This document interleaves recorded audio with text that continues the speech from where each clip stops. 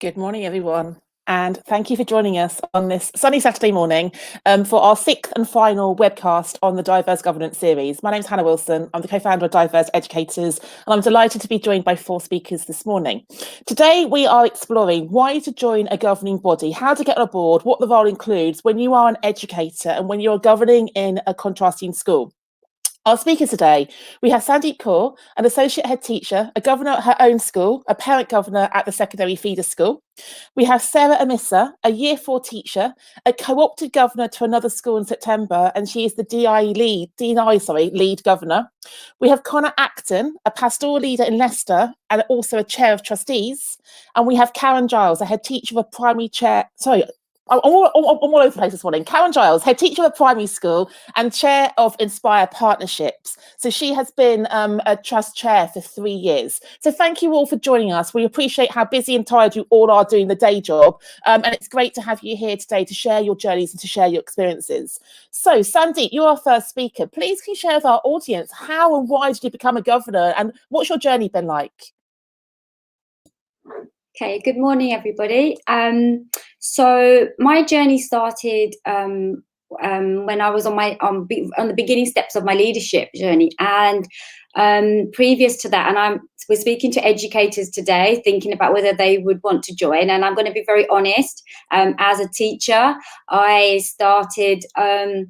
Very much when the teacher governor positions came up and you'd hear them in the staff meetings, and I would be like, oh, my impression was at the time, more hours sitting looking at policies, why would I want to do that? So I never took that opportunity at that time. I didn't see the value. But as I stepped up into leadership, I was tapped on the shoulder, which is something that we talk about a lot, someone believing in you. And my head teacher said, I think it would be a really good experience for you in your leadership journey, and where you're so involved in the kind of strategic planning, it would be really good for you to attend governing body meetings, to share your kind of perspectives, but also develop your leadership experience. And I have to admit, at first I thought, oh gosh, okay, going to be sitting in that meeting room, late, policies. And at that time, I didn't have a love for policies, and it was all, but what about the teaching and the learning and the actually doing the action?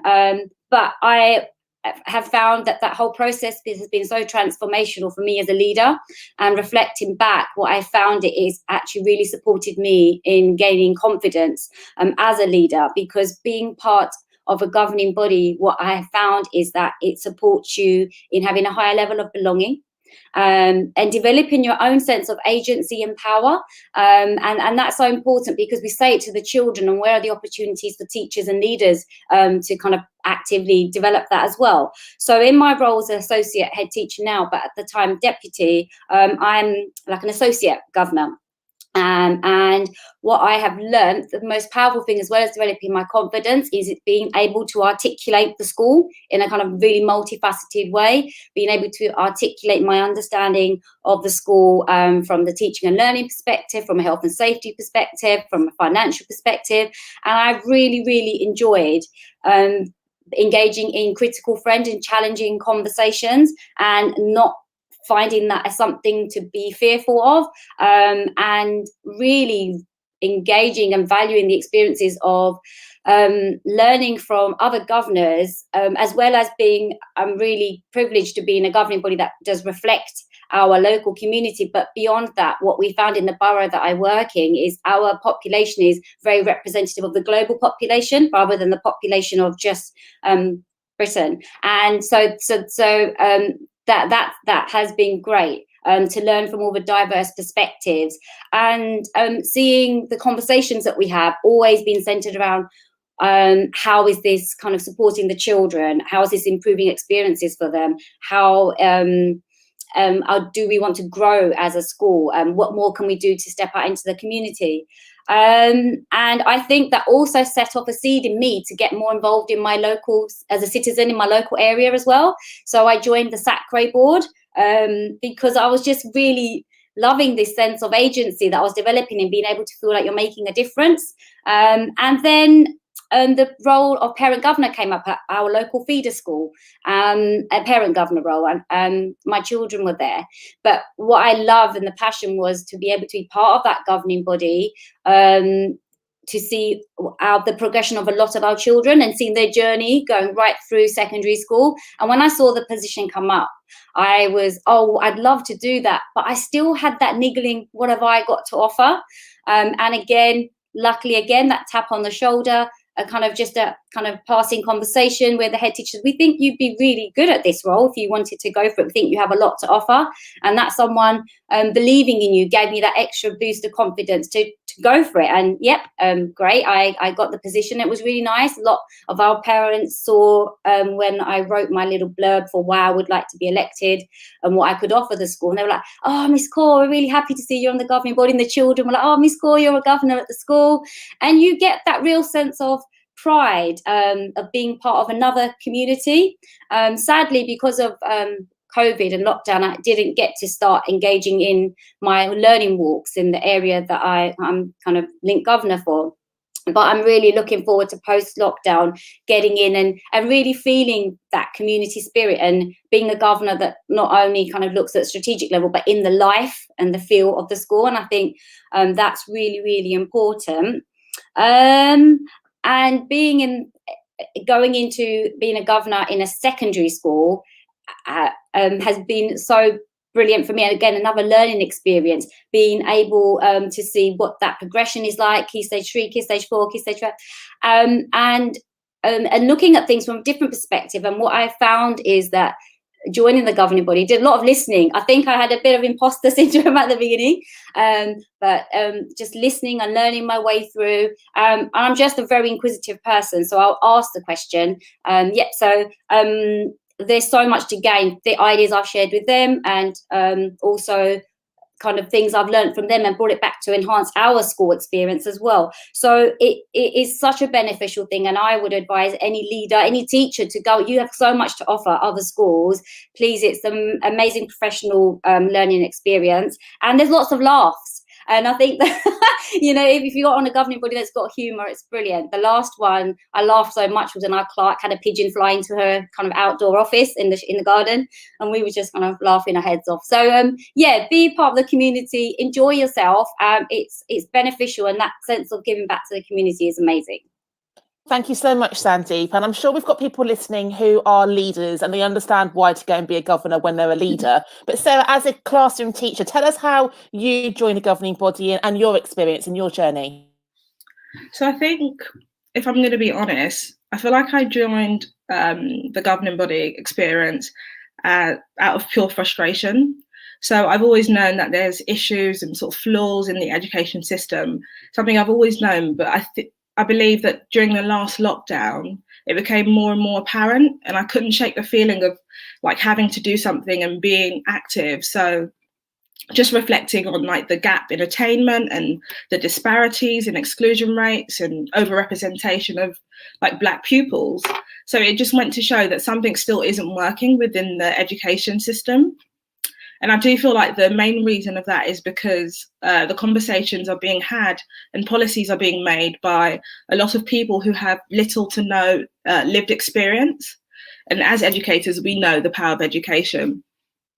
So I think that was the most pertinent point for me. And also, part of my role is to be challenging and have dynamic conversations. And I feel like this role nurtures and encourages that part of my personality, to be the critical friend in a safe and encouraging environment, because often sometimes our like staff bodies don't actually encourage that diverse thinking. And I think lastly, and probably not least, is representation. I know we say it time and time again, but it is important and representation matters. So for the children and the families, it's like seeing governors from underrepresented groups. They provide role models for the children and give them the confidence that they can achieve.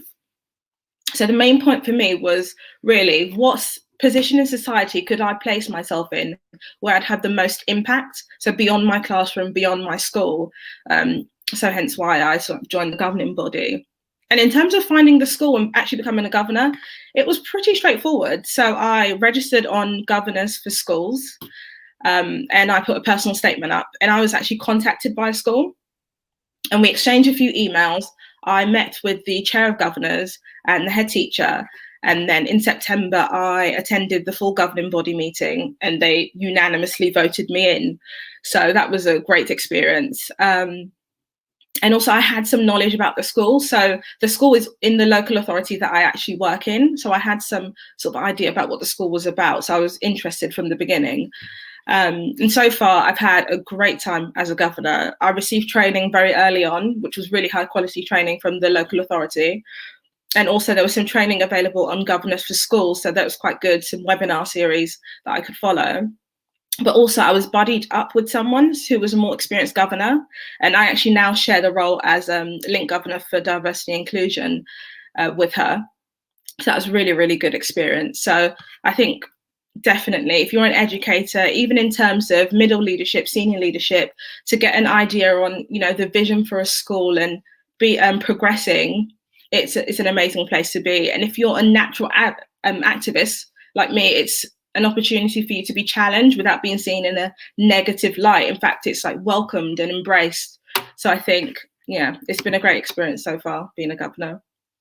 I love what you characterised there about the irony that we're not encouraged to be the critical friends of our own schools, but then when we become a governor, we are encouraged to do so. And I think that's a really interesting positioning. Just so you know, 2 people have already signed up listening to the first 2 speakers. So we're already having impact this morning, which is brilliant, speakers. So thank you.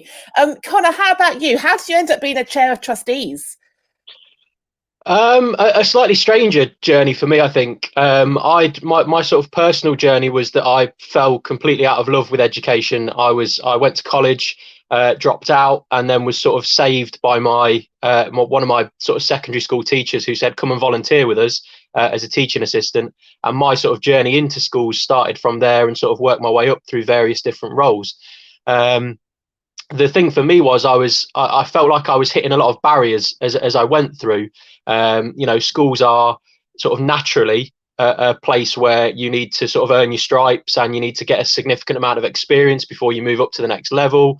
And I found myself sort of wanting to contribute more at a strategic and a sort of higher level than I was able to, sort of with my age and experience at the time. And sort of around sort of 21, I think I was. I thought, look, there's governance opportunities sort of calling out in the local area. I'd sort of considered the opportunity of staff governor at my own school, but I thought, actually, no, I want to sort of, I wanted at the time to look at primary schools. I work in secondary, and I thought, look, this is a fantastic opportunity, particularly given I worked in pastoral care, to really see the other side and see how students who come up to us, what the environment is like sort of at the phase below. So like I said, at the time there were loads of vacancies around, and they were sort of being advertised in all of the sort of usual places that you'd find education jobs. So actually it was really easy for me to find an opportunity, and sort of I did the same sort of level of due diligence that you do when you're looking for a job, and thought, you know, what do I want to get from this opportunity? You know, what kind of school am I looking for? What kind of board am I looking for? And that's really important, is, you know, finding the right people to work with and knowing that you're not joining a board where actually, for me, the concern was that I would hit the same problems that I was hitting in the day job, which was you're too young, you're too inexperienced, you haven't got anything to offer, just, you know, as a result of that. So sort of, like I said, viewed a couple of places, and sort of my first step in was a school that had just joined a multi-academy trust. I was really privileged to work with a national leader of governance who was the chair at the time, and gave me a really good insight and induction into governance.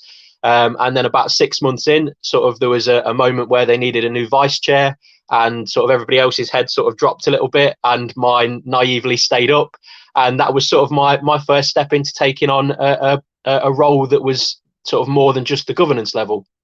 And that for me was just the start of going, actually, the benefits for an educator, somebody working in schools, are so huge, you know, and the ability to sort of take things on and have conversations and strategic discussions and really build an understanding of how schools operate at sort of a top level, was something that I was being exposed to, and thinking, actually, you know, this won't happen to me in my day job for another 5-10 years. And so I was sort of thinking, actually, how do I get even more out of this? And so I spoke to the local authority at the time and said, look, I'm okay for time at the minute. This vice chair of governors position isn't taking too much of my time. And I was placed as a local authority governor into another primary school, took the vice chair there as well to support them. And then sort of a couple of months later, I think it was about September of that year, I moved to a secondary governance position as well. And then they sort of converted to an academy, and sort of the whole process of becoming trustees then went after that, and became chair of trustees a couple of years later. And I've been the chair of trustees there for 4 years now. And it's just been such a useful opportunity to develop myself. You know, it's the best CPD I've ever had. And has developed my ability to lead meetings, lead difficult meetings is something that you don't get exposed to enough, I don't think, as somebody working in a school. And then just one day it happens and you're like, oh gosh, how do I deal with this? But actually governance brings so many different varied people to a table. And the ability to sort of corral all of those different opinions is something that's just been so valuable to me, with students as well. That capability to hear what people are saying, realize that at the end of it, actually everybody's not going to agree, but how do we get the best scenario out of this for the environment, is something that just is absolutely invaluable. So yeah, for me, it was an opportunity to contribute more to my community, but equally to develop myself at a level that just wasn't available to me at that point in time. And the fear and the worry was, am I going to be shown up as being too young and too inexperienced? But actually the process was so supportive. The training opportunities that Sarah talks about were all there and all made so readily available that actually there is a little bit of a lag where you go, actually, what does that acronym mean? What does, you have to sort of get into the school a couple of times before you can really understand the layout and things. But for me, that was a really quick hurdle to get over. And then from there, it's all just development and good stuff. Thank you so much, Connor. There's so many things I want to pick up from all of your input so far, but I want to hear from our final speakers. So Karen, tell us about your journey, your why, and the kind of the impact it's had on you. And you're on mute, lovely. Thank you. Classic. So thank you for the opportunity to reflect on my role, my many roles really. When I reflect, I think I started back when I was at secondary school. So if you think about being a representative for your class on the school council, being maybe a year rep, also I was secretary to the school council, and when I went to university, I was volunteered again to be the class rep. So the journey really starts there. When I was a newly qualified teacher, and that was over 30 years ago, I also volunteered to be a staff rep, because of course there's teacher reps and there's support staff reps, etc. And I think what I recognize in all of that is that I'm really interested in the strategic. I'm really interested in the bigger picture and what's happening behind everything else that we seem to think that we know about. And that's key. Having that, it's not just about it being great CPD. For me, it was more satisfying my curiosity of how things work, but also how I could make a difference, how I could give my input. What Sarah was saying really resonated with me. It's a platform really to be able to be a critical thinker and to be accepted in that way, in a very constructive way. So that was really my route in. When I think about all of the different roles that I've been involved in over the years, yes, it's been class and then school, but it's also enabled me to branch out into other areas of trusteeship and governance. So currently as the Inspire Partnership Chair, and I'm going to jump to that and I'm going to go back again, but it means then that I'm having to think about lots of I'm in different roles all the time.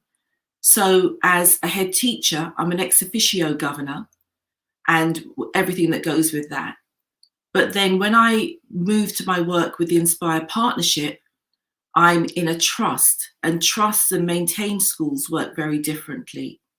And I'm also not the head of a school and sitting on the board in that way. I'm actually a trustee. and then I'm sitting as a chair of trustees. So having to flip roles, but also each of the roles are informing each other, has been really, really useful. I would say that the best thing that I've been able to accomplish as a chair of trustees is to set up a nominations committee. And this is relevant for this conversation because the nominations committees are the people who sit on a board and actually invite people to become either trustees or to be governors. We're really clear about what we're looking for. We're looking for that diversity of thought. We're looking to be able to accomplish all sorts of things, maybe in one person. So we do want representation in terms of our protected characteristics. We do also want to have somebody who has an understanding of what the trust or the school does. And that, for me, what's most important is to see if your values are aligned with either the trust or the school. So it's important for you to have done your homework in terms of what that trust or that school is all about, and also what their journey is and what their current circumstances are, what their mission is, what their vision is, so that you can contribute to that journey. So it's not just about it being all about your CPD, it's about what you're able to offer that school, that trust. The trust, a school is just a kind of a one school, but a trust where you've got 9 schools in 3 different locations, it's also useful to think about, well, you know, let me get to know all of those different locations and not just represent from my area. I think if you're really interested in doing this, if you really want to make a difference, if you really want to get involved, then there will be ways in which you can be proactive about that. Don't be passive about it. Step to a school, step to an individual, say that you are interested in the same way that Connor was talking about, you know, being very proactive. And don't be afraid to ask questions. Yes, you are going to be, you're going to be the deer in the headlights at quite a number of meetings, but don't be intimidated by that at all. Thank you, Karen. I want to pick up on a few things before we go to questions. So a couple of you have mentioned this idea of due diligence, and I think people who are considering becoming a governor are doing their due diligence, sort of like thinking about the right schools. But can we just talk about the day jobs and how we perhaps have that conversation with our current schools? Like Sandeep, you talked about the fact that you might be released, for example, during school time to go and do learning walks in another school. Can I just hear from each of you how you navigated the day job with the governance role? So Sandeep, can you go first? Yeah, so to be fair, a lot of the meetings are in the evening, but on those evenings I will speak to the head and say, it's hard to go straight in from being at work, running home and getting straight into the meeting. So kind of to leave a little bit early, or to just to plan it ahead. And I won't be able to attend this meeting because I've got governors tonight. But yeah, definitely in terms of the in-school times or learning walks, I was due to be on a recruitment panel, and I asked, and we do have an entitlement to release time from our jobs to go and do governance work. And I think because our head does see the value of that, then and so he will support that. And I think it's just, if you're not sure, just go and speak to your head or speak to your leader and just say, I would need this time, because the thing is, what the school will gain back as well from you having that experience, it's immense. So it serves everybody's purpose to be supportive in that role. But I always ask, and I make sure I look after my time so I'm not run ragged because it can be quite long days. Thank you, Sandeep. How about you, Sarah? How do you navigate that back at the kind of the day job?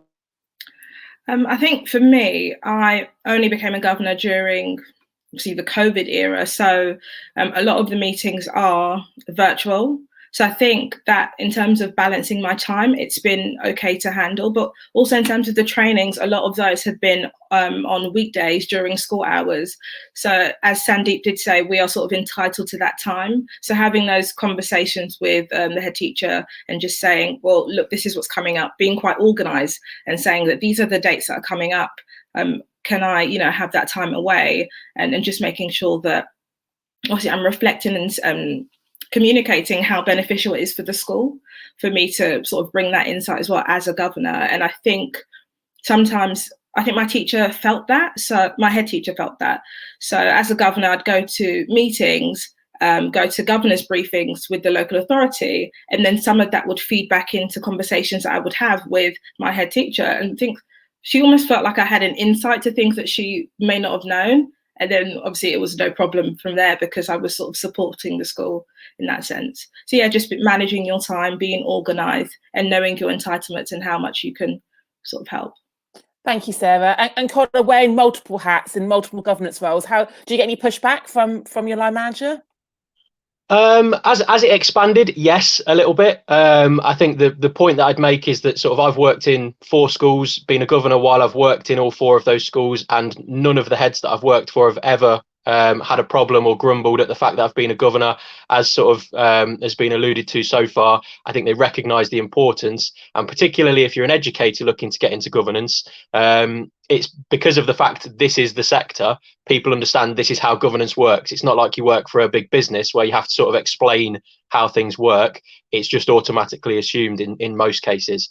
And yeah, it's about being realistic yourself at that point, because, you know, at one point I was a trustee of a secondary school and a governor at 2 primary schools, and sort of having a conversation with the head at that point and saying, look, I understand I won't be able to have sort of my full amount of time that I would spend at each of these schools. I'll try and balance it as much as I can. And that's my job, is going, how can I make this work given the commitment that I've accepted, whilst also not taking the mick at my school. But equally, I think as long as you have that conversation early, as has been said already, let them know as soon as you become a governor, or even when you're thinking about it, just so that they can plan and prepare for that, rather than just knocking on the door one day and saying, I'm a governor, I need to go and do this visit. Sort of helps and prepares you for that. You know, I did a 2-day recruitment event for a head teacher at the secondary school that I'm chair of trustees at, and that's a huge commitment for a school to sort of let you out for 2 days. But I think, you know, the preparation for it was I let them know sort of 6 months in advance, really. So yeah, just be as upfront and forthright as you can, really. Thank you. So being open, being transparent, and I'm thinking about, I'm going to come to you next, Karen. Like as an ex-head, when I did recruitment, like I'd look for on the CV, are people governors? Like, so Karen, as a head, I'm just thinking about, like, when you are recruiting people, what value does that bring when you appoint them? But also, do you encourage your own staff to go and be governors elsewhere as well? You read my mind. So when you were speaking, I was thinking about professional development. That's one thing. But being even more proactive and on your performance management, your appraisal. When you're having those meetings at the beginning of the academic year, that's where you signal, you say, actually, I'm intending to be a governor or a trustee. And in fact, if you are the person who's leading the professional development, because I quite often say to my team, I think you should be looking at governance. I think it'd be really good for you. And that's not just at SLT level, that's also at teacher level. So I encourage that to happen. The other part of it is that professional development that you get, it's not so much the development, it's what you bring. So Connor, when you were talking about those 4 different schools, and Sarah and Sandy, when you think about all the information that you've gleaned, when you bring that back to school, don't wait for it to be asked for. Just say, actually, at this school, they've got that policy. At this school, they're doing this. Do you realize that, you know, there's this whole curriculum, whatever, all of the information because you bring all of that back to your school. So I see myself as someone, it's almost as if I'm sharing information, but I'm also bringing back information. And I know that what it does, it gives me a currency with my trust. So with Inspire, because they know I give so much of my time, they will then, if I say, oh, that thing that you've developed, can I have that for my school? And they say, sure, no problem. So it is a currency that you are moving around the system. I love that knowledge exchange, seeing it as a transaction, that because on Thursday we were talking about what value can I add as a governor, but what value am I going to get back as a professional as well. We've got some great questions coming through. I'm going to pair 2 of them together and ask each of you a paired question. What has brought you the most joy? And what has brought you the most challenge in your role as a governor? So Sandy, joy and challenge, what would you like to share? I think one of the greatest joys is seeing our roadmap to renewal, kind of that we adapted from Kieran Marhill and Hannah, I can't remember, from Big Education, that I saw. This is all about networking. You're constantly kind of exchange, like what Karen said, and seeing the power of that at school, and then mentioning that and sharing that with the leadership at the school that I'm a governor at, and seeing that feature so heavily in the strategic plan for the year ahead was like, wow, you know, and the impact that that would have on the children, to have that focus, that was a real joy. A difficult situation, yeah, when there's a clash, you know, it's not all, you know, we say it's challenging conversation, and sometimes you can get a bit of a clash, and being kind of observant in that, and kind of having to be strong and just say your piece, and not trying to upset. I think, yeah, when there was a process of trying to move kind of status of the school, and there was a real clash and a divide in the governing body at one point. This is a few years ago. I think I found that very difficult, because you take all of those emotions, and navigating through that. But again, as difficult as that was, and seeing that process, that I think Connor kind of said about, you know, that when else would you get the opportunity to be part of those difficult conversations and learn how that was navigated, or how in hindsight you would navigate that better in the future. Thank you, Sandeep. And equally, you're being exposed to things that perhaps you're not privy to in the day job, depending on what role you have in your school as well. So that insight it gives you. Sarah, how about you? Joy and challenge. I'd say joy. I feel like in the beginning of my journey, which wasn't very long ago, but as a teacher, sometimes you don't see the value or the status that you have as a job. So being sat on Zoom in a room with sort of the chief of staff of a financial company, or lawyers, and people that, you know, I guess for me, I saw as more of a higher status job, but for them to sit and listen and value my opinion, for me, it was just like, oh, I have a voice. I bring something to the table. I'm not just a class teacher or a middle leader. And I think just that aspect of feeling heard was, I don't know, you just sort of get a great pleasure out of that, I'd say. And also I attended an inset day with the school, and just seeing the staff and how they responded to me as a governor as well. It felt like, being a class teacher, they knew that my opinion as well was at class level. So I'd never sort of I guess they felt like I'd never put a responsibility on them that maybe I wouldn't put on myself, because I had that firsthand experience. And I'd say a challenge, and this is probably personal, but being so young as well, first going to those full governing body meetings, I felt like, whoa, this is a lot going on at the moment.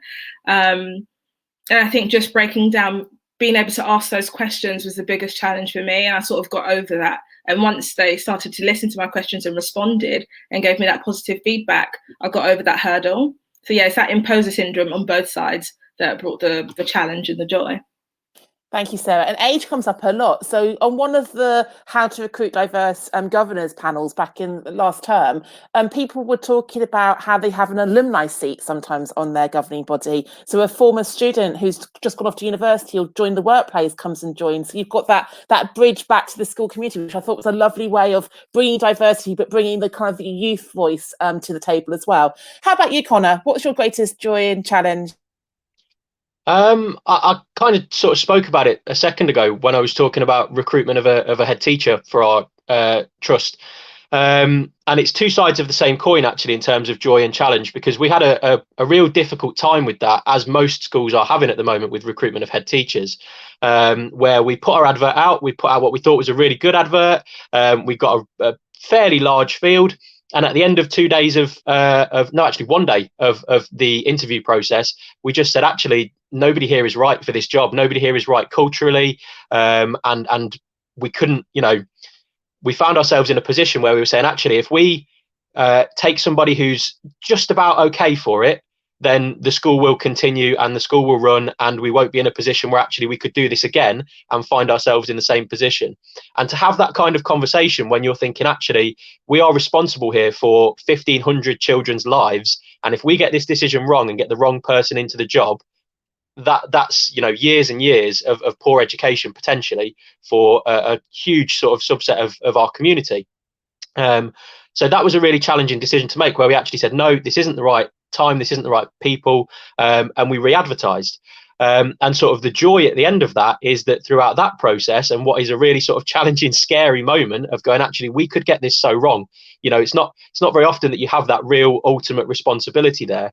And what we got at the end of it was a fantastic head teacher who will absolutely take us forward to the next levels, and has settled into the community so well and sort of built staff up incredibly. And you think, actually, that was something that could have been the complete opposite situation. So the joy at the end of that, and seeing the result of you sort of sticking it out and the hard work behind it, is so immense. But the challenge is, actually you do have ultimate responsibility.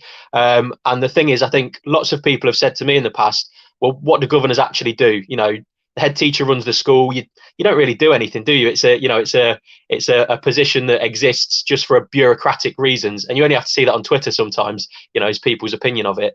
But actually, you do have such a huge hand in shaping the future, and that is just sort of immensely joyful, if you ask me.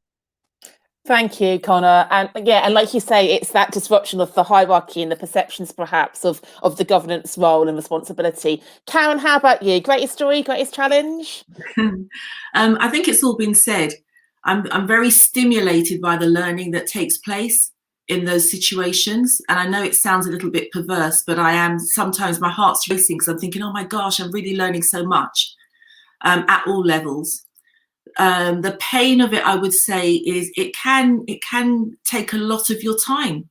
We cannot underestimate that, the time that's taken to prepare for the meetings, to read all the papers, the time taken to communicate with everybody in between and to keep up with that communication, the time of the actual meetings and the time that happens after in terms of following through on actions. Yeah, but I think that ultimately for me, the joy of standing on principle in the dark night of the soul between a rock and a hard place and taking some really difficult decisions, and then developing that courage to be able to be, that brave leadership at that level, just having the opportunity to be able to develop brave leadership and to say something in the room sometimes which is unpopular, but it's part of your duties, your fiduciary duties, your responsibilities.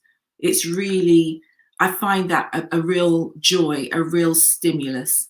And it's just being, not everybody who doesn't give up that time, not everybody has that opportunity.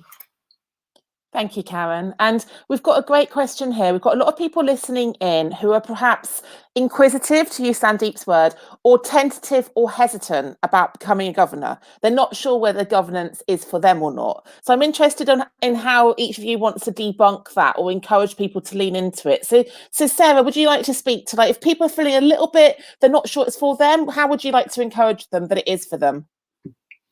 I'd say do the research and I guess look at sort of webinars like this and find out what the role entails. Sometimes you think of it as more than it actually could be, but as Karen said, there are some points of it where you have to read documentation, prepare for a meeting, but all of that I believe is worth it. I think once you get into that meeting and then you start to see how much you're having a steer on things, all sort of your anxieties tend to will dwindle away. So yeah, researching, making sure you know the full capacity of the role, how it will benefit you as well. So Governors for Schools and all the other organisations have sort of clear guidelines and infographics about what your day-to-day would look like as a governor in your role. So, Thank you, Sarah. And Sandeep, I'm sure that some people worry or stop themselves from being a governor because they're worried about the time commitment and the energy commitment. And we know how busy educators are anyway. And if you're a parent educator as well, how do you make it work, and what's your workaround or your encouragement for them? Again, it's that sense of the passion that you go in with and what you get out of it. Yeah, the meetings can be long and oh gosh, I've got to read through all of this paperwork before, but when you finish the meeting, you always feel like, yes, or even if those difficult ones, did it, and those decisions made are going to have an impact. I think another good way is definitely watching webinars like this, and reading up on governance, but speaking to other people who are governors, and also speaking to your head teacher. What is it like to be a governor? And if you're really fortunate, having the opportunity to be an observer, just to kind of observe and see what it's like if it's for you. So some of our leadership that aren't currently governors, they go on a rotation to kind of observe and just, again, to learn more. But that could be equally for teachers as well. And I think, just ask questions, speak to people. I was coaching 3 middle leaders last year, and one was a governor, and he always spoke so positively about his experience, and one was a leader at Mulberry School for Girls, and she was like, I'm thinking about governance. I was like, oh, there's a coached position at the school where I'm a governor. Why don't so where I've been tapped, I've gone on and now tap others as well, and she went for it and she got that position. So I think, talking, learning, asking questions, and if possible, have that opportunity to go in and observe, see if it really is for you. But if you've got that thing, you're something really passionate about, and you want to feel that sense of making a change, I think it really is a step to go. And what Sarah did, applying to the governor kind of hub, and then those CVs go out to the schools, they love getting other educators from other settings, because it adds, again, that other critical, diverse lens. Brilliant, thank you. So there's something here about how we can demystify what governance is and isn't, and debunk and destigmatise it to a certain extent. And Connor, like, you're sat on the other side of the table where you're recruiting governors or trustees as the chair. How do you look for fit? How do you know when that governor is the right governor, perhaps for your team? I think that's a really good question, because what I was going to say there was, it much like finding the right school for you, finding the right board for you is really important. I've been in a position where I was sat on a board for 6 months and thought, actually, this isn't for me. I'm going to get frustrated. Nothing's going to change. And actually, what will be the point of sitting here and just, being in an environment that's not right? My other experiences of governors have all been fantastic, because it's the right school or the right environment. And so when you're on the other side of the table looking for that, we were in a position really recently where we put out an advert for trustees with financial experience, and bizarrely we got lots and lots of applications, which you don't seem to get for people with financial experience. So actually that was a really difficult decision of going, actually there were 3 people with real solid experience, exactly what we needed. And then it becomes that decision of, culturally, what kind of board do we have? Is it a board where we want somebody who's going to come in and be really challenging because we need that? Is it a board where we want somebody who's going to come in and sort of fit harmoniously within a team that's already got a fair amount of challenge? So it is about that sort of knowing your own board and knowing what you need for it, more than just in skills, but in sort of emotional response, I guess. Because it is, it's very hard to find the right environment for yourself sometimes. But actually, any good board, I think, will make it clear what the makeup of their board is. So I will always say to people that are joining ours, you're joining a very experienced board that's got sort of 3 chair of trustees on it. We've got people that have got significant governance experience. So actually, if you're somebody without governance experience, you can join and be supported by lots of people who've been doing this for a long time. And if it's the other case where you've got lots of new people, you might be looking for somebody with a bit more experience in that field. So yeah, it's just about sort of getting the right fit and making sure you're upfront and honest, I think. I think that's such great advice, Connor. And I've been a governor or trustee 3 times, and each experience has been so different. And I think that really thinking about what value can I add, what value will I get back? Is it the right context? Is it the right culture? Because there's nothing worse. Going back to Sarah's point about perhaps not being able to be the critical friend within your own staff body, but doing it somewhere else, making sure that you don't want the same frustration to kick in ultimately. Karen, how about you? What advice or encouragement would you like to extend? I'd say 3 things. Being an observer, absolutely key. Thank you, Sandeep, for that, because it gives you that opportunity to be the deer in the headlights, but not have to ask or answer any questions, even though you can. I think if you're going to observe, it needs to be of a really well-functioning board. There's no point in you observing a board that has issues or who are going through an issue and acting in a particular way because they're dealing with something very difficult. to a certain extent. I think you've got to have like a balanced period of time that you can observe. The second thing is that when you decide, you notice I use the word when, not if, you decide to be a governor, you then will be appointed a mentor. And having a mentor who you can, very quietly ask all of those questions. The great thing about doing these things virtually is at least you can privately chat to them and say, what does that mean? So that's a really useful thing to have. The third thing is, so we've talked about having a mentor, but also having induction, ensuring that you negotiate some kind of induction where you're saying, I need these key papers, these key documents. Don't give me everything. If I was going to have something which is going to be key to read, or this key experience, or this key person to speak to, who or what would that be? So that, because there's a million things, and that in itself can put you off. So just being very direct about what you're going to have a look at and what's going to inform you in the quickest way. Brilliant, thank you. I want to pick up on some of the words that have been used. Like we've talked about being a citizen, being an activist. I've heard the words agency and power. And bearing in mind that this is a diverse governance webcast series, can we just think about why we need diverse governors to lean in particular? Do you mean, if we think about the school system at the moment, the lack of diversity perhaps in initial teacher training, in recruitment, in headship, why is it really important that we get diverse people with diverse lived experience and diverse perspectives stepping up and contributing to governance? Is there anyone who wants to go first on that? Anyone who's got an immediate response? Go on, Karen. I've been asked a lot about this over the past year because, of course, apart from the pandemic, we've had a big Black Lives Matters and everything else to do with that. Initially, I was just annoyed that we were still talking about it, again, because of my age. I remember my dissertation for my degree being all about the underachievement of Black Caribbean boys and all sorts of things I've been involved in. And I just kind of refused to get into another conversation about it. Why it's important is that on a board, this is about strategic action. It's not just about having a conversation.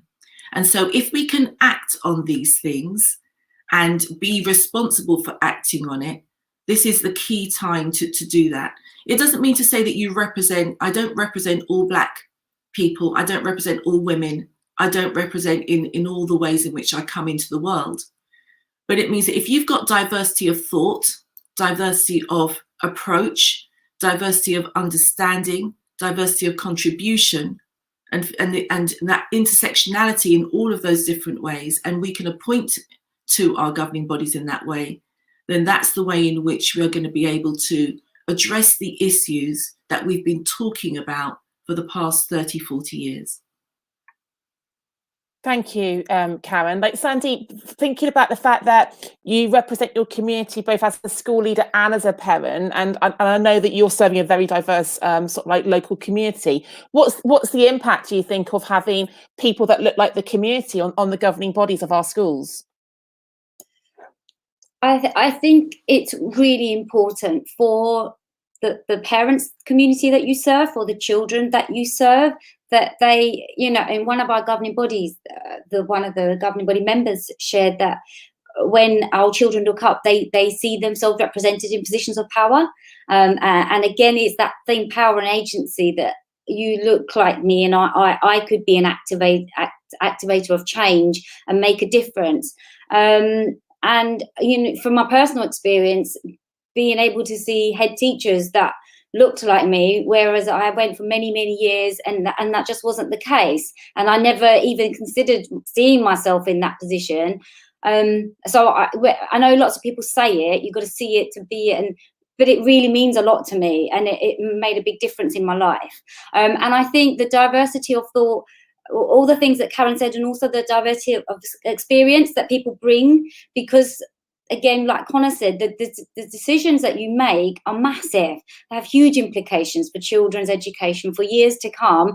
And what how they're shaped and what they could go on to be and what their self-belief could be. So the diversity in all of its manifestations and the intersection and the power that you have, and it's not always going to, that means it's not going to be easy, because you kind of think, oh, have you thought of that perspective? Have you, well, I've got this experience, and I feel passionately to, you need that to make the decisions in the best interest of those children.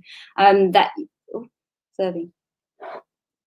Thank you, Sandeep. It's okay, I think you're back. And Sarah, coming to you as the kind of the lead governor for DEI, or the co-lead, not all governing bodies are diverse, and not all governing bodies have a nominated or named person leading on DEI. Do you want to just give us a little bit of a flavour of like what kind of things are you leading strategically with that hat on in particular? So I think mainly it's about equity and equality, the impact. So when policies go out, I'm also the trade union rep within my school. So in terms of overlooking policies, it's all in the back of my mind. I'm always thinking, okay, so the different groups within our society, how will this policy affect them? We're privileged enough to have a hearing impaired unit. So getting that insight on, the day-to-day runnings, how would that affect that community, or how will it affect the working parents? That's sort of my voice, and making sure that obviously now sort of people have woken up to, the racial inequality within education, looking at the curriculum and bringing that perspective. And I feel like, as Karen said, it's almost sometimes, obviously being a Black woman, you go into a diversity role and almost you think, okay, some people might look at it as tokenistic. And I think I went back and forth with myself a lot in the beginning and thought, well, okay, so I know that I don't speak for everyone, but what I do bring is that perspective. And at the moment, at the tables, that perspective is not always being heard. So not speaking full, but bringing some insight on those marginalized groups of society. And I feel like as diversity and inclusion, yes, sometimes you might have a diverse staff body, you might have a diverse community, but there's very low inclusion. It's like, okay, so what voices are actually being heard? Yes, I mean, you've got 64 languages in the school, but how often do you reach out to those communities that don't always turn up at the parent-teacher conferences or the extracurricular activities? And it's continuously bringing that back in. And I feel like, and it's a positive thing, that I started to influence the way other people think. So the questions that I always bring up then become the questions that are naturally thought of already, or that other people are bringing up. So you start to influence and sort of broaden people's cultural competency in a way. So I think, as diversity and inclusion lead, you start to almost train other people to think in a more diverse way and open way. And naturally they start to think, oh, actually, I don't have to say it because so-and-so's already thought that we need to think about the children with special educational needs and how this policy might impact them. I love that, Sarah. Thank you. And for someone who, you said you had the imposter syndrome at the beginning of being a governor, and now hearing you and the sphere of influence you're having at that level, it's fantastic to hear. So thank you so much. And kind of like, we know that where you serve as a chair of trustees, it's a very diverse part of the Midlands. What kind of conversations are your board having around diversity, equity, and inclusion? So I think there's 2 points that I'd make there that sort of follow on from what everybody said. And the first is, the diversity side of things. I think about it from the perspective of, I'm a good governor. I know I'm a pretty decent governor, but I would hate to sit in a meeting with 12 of me. That just wouldn't work. It wouldn't be the right thing. You wouldn't get the right range of opinions. And things just wouldn't work and change in the way they needed to. And I always sort of cringe when you see the news stories about, children who've been excluded, where there've been sort of policies against particular kinds of hairstyles that are just not even based in any world where it's sensible. But actually then you think that had to go past the governing body. That policy had to go past the governing body. And nobody in that sort of meeting sat there and went, hang on, this is insane. So that level of sort of reason for diversity is just a tiny example that you think, actually, what is the scale of this if you haven't got people around a table who can challenge and question and go, hang on, you don't understand well enough. That's just not a sensible thing to be doing. And so I think for us, in terms of when we've got a serve a very diverse community, as has already been said, it's so important to make sure that there is representation from your community, and very often that comes from parent governors or parent trustees. And I think the important thing is to try and make sure that that's not always the case as well, because I think sometimes parent governors and trustees feel like they're in a slightly different role to those people that are co-opted or member appointed. But actually, it's what Karen said there, of planning for the future and thinking, are we well represented enough? Do we match our community? What are we doing to outreach? And it comes back to that conversation that we had a second ago, where, if you've got 3 candidates for a role and they're all excellent, but actually you think, but we don't represent our community and this person does, then that's a decision that you perhaps have to make to ensure that the people that you are making decisions for feel like you understand them well enough to be able to make the decisions that are going to impact their lives. Thank you, Connor. That's a very succinct summary there. So to wrap up today's webcast, I'd like you all just to think about, what's your key takeaway to people who are listening in today and are considering becoming a governor or a trustee? What's your key message that you want them to hear from you about why they should go and do it? So Sandeep, what's your tip for everyone?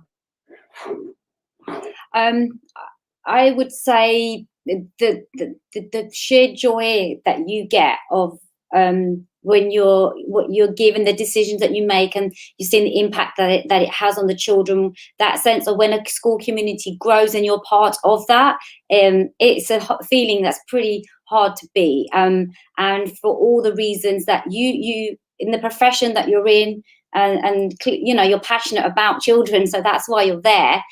Being able to get all these experiences where you can be, you develop your agency to be informed in your decision making at a teacher level or a leadership level, and you're giving back and you're exchanging all the time. It's really, really powerful. Go for it. Don't second guess yourself, even like I did. Oh, what have I got to offer? Kind of go for it. I think I've seen a previous webcast where people have said, go for it, just do it. And for those 2 that signed up at the beginning, yeah, please do. It's a really important part of your journey. If you're thinking about your future, it is something that is looked on really favourably in your CVs, kind of as well. So just go there, give back to the community, and it's a really great learning experience. Thank you, Sandeep. So how about you? What's your key takeaway? I think generally just listening to the different voices and us as educators, I think there's a common thread that we bring a unique perspective. So on a day-to-day basis, we see firsthand how the classroom works, and most importantly, the power of education and the influence that we have, but on a wider scale and beyond our classrooms when we sit on governing bodies. So as Sandeep said, just go for it. Do your research, take the time to sort of know what the role is about, and just know that, we all deserve a seat at the table. You just have to go and find that table. Thank you, Sarah. Connor, how about you? What's your key takeaway? For me, I mean, the lockdown has taught me that the camera adds 10 years to me, but sort of from the age of 21 to 27 now, it's been the best CPD I've ever had and continues to be. It was at 21, it was a huge thing that gave me such a great insight into schools, but those experiences as I've developed in my role as a governor trustee haven't stopped coming. And there are still things that are new. There's still things that are really beneficial to me over a 6-year period where I've crammed a hell of a lot in. So just take it and run with it, because you won't get an opportunity like this within your day job, I would imagine. Thank you, Connor. What I'm hearing is don't be your own barrier as well. Sometimes we can put our own barriers in our place. I'm not the right age, my face won't fit. Karen, how about you? Key takeaway? Start with your why. Think about why you went into education in the first place. You will find the answer as to why governance is for you. Fantastic. Well, thank you all 4 of you for your time and energy this morning. I've loved listening to you all, and thank you to all of our audience. All 6 of the webcast recordings will be on the Diverse Educators website as a kind of a bundle, a suite. Please do go and watch them back. Please do share them. Please do help to debunk and demystify and destigmatize what governance is and what governance isn't. And if you are thinking about it, as everyone said, just go for it. Go and see whether it's the right role for you. I'm sure you'll absolutely love it. So have a fantastic Saturday. Thank you very much, everybody.